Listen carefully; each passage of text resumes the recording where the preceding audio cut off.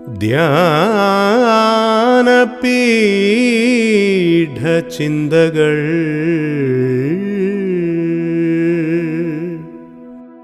ധ്യാനപീഠചിന്തകൾ, a devotional thought for worship. കർത്താവും രക്ഷിതാവുമായ യേശുക്രിസ്തുവിന്റെ നിസ്തുല്യ നാമത്തിൽ എല്ലാ പ്രിയപ്പെട്ടവർക്കും പ്രഭാതവന്ദനം. ഏവർക്കും ധ്യാനപീഠ ചിന്തയിലേക്ക് ഈ പ്രഭാതത്തിൽ സ്വാഗതം. നമ്മുടെ ഇന്നത്തെ ധ്യാനത്തിന് ആധാരമായി 40-ാം സങ്കീർത്തനം 12-ാമത്തെ വാക്യം വായിച്ച് കേൾപ്പിക്കുന്നു. Psalms 40 verse 12. സംഖ്യയില്ലാത്ത അനർത്ഥങ്ങൾ എന്നെ ചുറ്റിയിരിക്കുന്നു, മേൽപോട്ട് നോക്കുവാൻ കഴിയാതെ വണ്ണം എന്റെ അകൃത്യങ്ങൾ എന്നെ എത്തിപ്പിടിച്ചിരിക്കുന്നു, അവ എന്റെ തലയിലെ രോമങ്ങളിലും അധികം. ഞാൻ ധൈര്യഹീനനായി തീർന്നിരിക്കുന്നു. സങ്കീർത്തനക്കാരനായ ദാവീദ് ദൈവത്തെങ്കിലേക്ക് നോക്കുവാൻ തടസ്സമായിട്ട് നിൽക്കുന്ന കാര്യമാണ് ഇവിടെ രേഖപ്പെടുത്തിയിരിക്കുന്നത്. താൻ അവിടെ പറഞ്ഞ വാക്ക് ഇങ്ങനെയാണ്: മേൽപോട്ട് നോക്കുവാൻ കഴിയാതെ വണ്ണം. മേൽപോട്ട് നോക്കുക എന്ന് പറയുന്നത് സ്വാഭാവികമായിട്ടും സ്വർഗത്തിലേക്ക് നോക്കുന്നതിന്റെ ഒരു ചിത്രമാണ്, ദൈവമുഖം അന്വേഷിക്കുന്നതിന്റെ ഒരു ചിത്രമാണ്. അപ്പോൾ ദൈവത്തെങ്കിലേക്ക് നോക്കുക, ദൈവമുഖം അന്വേഷിക്കുക, അതിന് കഴിയാതിരിക്കുന്ന ഒരവസ്ഥ ദാവീദ് സൂചിപ്പിക്കുകയാണ്. ദൈവമേ, ഞാൻ ധൈര്യഹീനനായിട്ട് തീർന്നിരിക്കുന്നു, മേൽപോട്ട് നോക്കുവാൻ എനിക്ക് കഴിയാതിരിക്കുന്നു. എന്താ അതിന്റെ കാരണം? അതിന്റെ കാരണം താൻ പറയുന്നത് എന്റെ അകൃത്യങ്ങൾ എന്നെ എത്തിപ്പിടിച്ചിരിക്കുന്നു എന്നാണ്.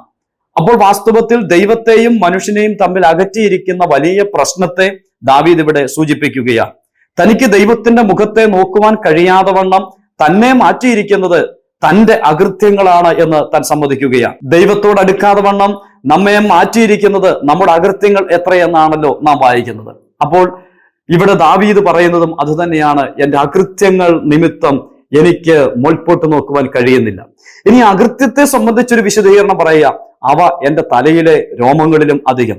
നമ്മുടെ തലയിലെ രോമങ്ങളൊന്നും ഒരിക്കൽ പോലും കൗണ്ട് ചെയ്യുവാൻ കഴിയാത്തതാണ് എന്ന് നമുക്കറിയാം. അങ്ങനെയാണെങ്കിൽ എന്റെ അകൃത്യങ്ങൾ തലയിലെ രോമത്തിലും അധികമെന്ന് പറഞ്ഞാൽ ഞാൻ നടക്കുന്ന പാപത്തിന്റെ വഴികൾ, എന്റെ ചിന്തയിലെ പാപം, എന്റെ നിരൂപണങ്ങൾ, ഇതെല്ലാം പാപ നിബിഡമായിട്ട് തീർന്നിരിക്കുകയാണ്. ഈ അവസ്ഥയാണ് എനിക്ക് മേൽപോട്ട് നോക്കുവാൻ കഴിയാതെ വണ്ണം ആയി തീർന്നിരിക്കുന്നത്. ഇന്ന് പ്രഭാതത്തിൽ പ്രിയപ്പെട്ടവരെ, ദാവീദ് ഇത് പറയുമ്പോൾ ദൈവവുമായിട്ടുള്ള ബന്ധം അറ്റുപോയതിന്റെ, ദൈവത്തെ നോക്കുവാൻ കഴിയാത്തതിന്റെ, ദൈവമുഖം ദർശിക്കുവാൻ ഒരിക്കൽ പോലും സാധിക്കാത്തതിന്റെ കാരണം അകൃത്യങ്ങളാണ് എന്ന് രേഖപ്പെടുത്തിയിരിക്കുന്നു. ഇന്ന് പ്രഭാതത്തിൽ പറയട്ടെ, നമ്മുടെ ജീവിതത്തിൽ നമുക്ക് ദൈവത്തിന്റെ അടുക്കിലേക്ക് ചെല്ലുവാനോ ദൈവമുഖം അന്വേഷിക്കുവാനോ ഒരിക്കൽ പോലും കഴിയാതിരുന്നതിന്റെ കാരണം എന്റെയും നിങ്ങളുടെയും അകൃത്യങ്ങൾ തന്നെ ആയിരുന്നു. നമ്മുടെ പാപങ്ങൾ അത്രമേൽ കഠിനം ആയിരുന്നു, അവ നമ്മുടെ തലയിലെ രോമങ്ങളെക്കാൾ അധികമായിരുന്നു. അങ്ങനെ നാം ദൈവസന്നിധി എന്നേക്കും നഷ്ടമാക്കി വരാം. എന്നാൽ യെശയ്യാ പ്രവാചകന്റെ പുസ്തകത്തിൽ നാം വായിക്കുന്നത് ഇങ്ങനെയാണ്: എന്നാൽ അവൻ നമ്മുടെ അകൃത്യങ്ങൾ നിമിത്തം മുറിവേറ്റും നമ്മുടെ അതിക്രമങ്ങൾ നിമിത്തം തകർന്നും ഇരിക്കുന്നു. നോക്കുക, ഇവിടെ നമ്മുടെ അകൃത്യങ്ങൾ നമ്മുടെ തലയിലെ രോമങ്ങളെക്കാൾ അധികമായിരിക്കുമ്പോൾ നമ്മുടെ അകൃത്യങ്ങൾ നിമിത്തം നമുക്ക് വേണ്ടി തകർക്കപ്പെടുകയും മുറിവേറ്റപ്പെടുകയും ചെയ്യുന്ന മറ്റൊരു വ്യക്തിത്വത്തെ അവിടെ നമുക്ക് കാണുവാൻ കഴിയുന്നുണ്ട്. അതിന്റെ ഒരു കാരണം ഈ സങ്കീർത്തനത്തിൽ ദാവീദ് രേഖപ്പെടുത്തിയിട്ടുണ്ട്. നോക്കുക, 11-ാം വാക്യം: യഹോവേ, നിന്റെ കരുണ നീ എനിക്ക് അടച്ചു കളയുകയില്ല.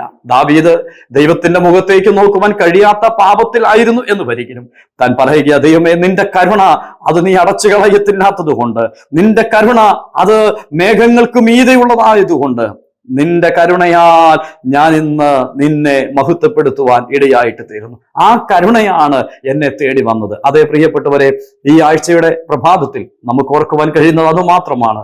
പാപികളായിരുന്ന, ദൈവത്തിൽ നിന്ന് അകന്നുപോയ നമ്മെ ദൈവത്തോട് അടുപ്പിക്കുവാനായിട്ട് നമുക്കുണ്ടായ ഏറ്റവും വലിയ മാർഗം ദൈവത്തിന് നമ്മോട് കരുണ തോന്നി എന്നുള്ളതാണ്. ദൈവം കരുണ അടച്ചു കളഞ്ഞില്ല. അതുകൊണ്ട് കരുണാസമ്പന്നനായ ദൈവം തന്റെ മഹാകരുണയാൽ നമ്മെ ദൈവത്തോട് അടുപ്പിക്കുവാൻ ഇടയായിട്ട് തീർന്നു. അതിനുവേണ്ടി നമ്മുടെ അകൃത്യങ്ങളെ പൊന്നോമന പുത്രന്റെ മേൽ ചുമത്തി ഒരു പാപയാഗമാക്കി തീർത്തുകൊണ്ട് നമ്മെ ആ വലിയ നാശ കോപത്തിൽ നിന്നും വിടിവിപ്പാൻ ഇടയായിട്ട് തീർന്നു. ഇന്ന് പ്രഭാതത്തിൽ ഇത്രമേൽ നമ്മെ സ്നേഹിച്ച ദൈവത്തിന് മഹത്വം കൊടുക്കുമ്പോൾ തന്നെ നമുക്ക് വേണ്ടി ക്രൂശിൽ ത്യാഗമായിട്ട് തീർന്ന കർത്താവിനെ നമുക്ക് ധ്യാനിക്കാം, മഹത്വപ്പെടുത്താം. ഈ ഓർമ്മയോടുകൂടി ദൈവത്തിന് മഹത്വം കൊടുത്ത് ആരാധിക്കാം. അവിടുത്തെ വിലയേറിയ നാമം മാത്രം മഹിമപ്പെടുമാറാകട്ടെ.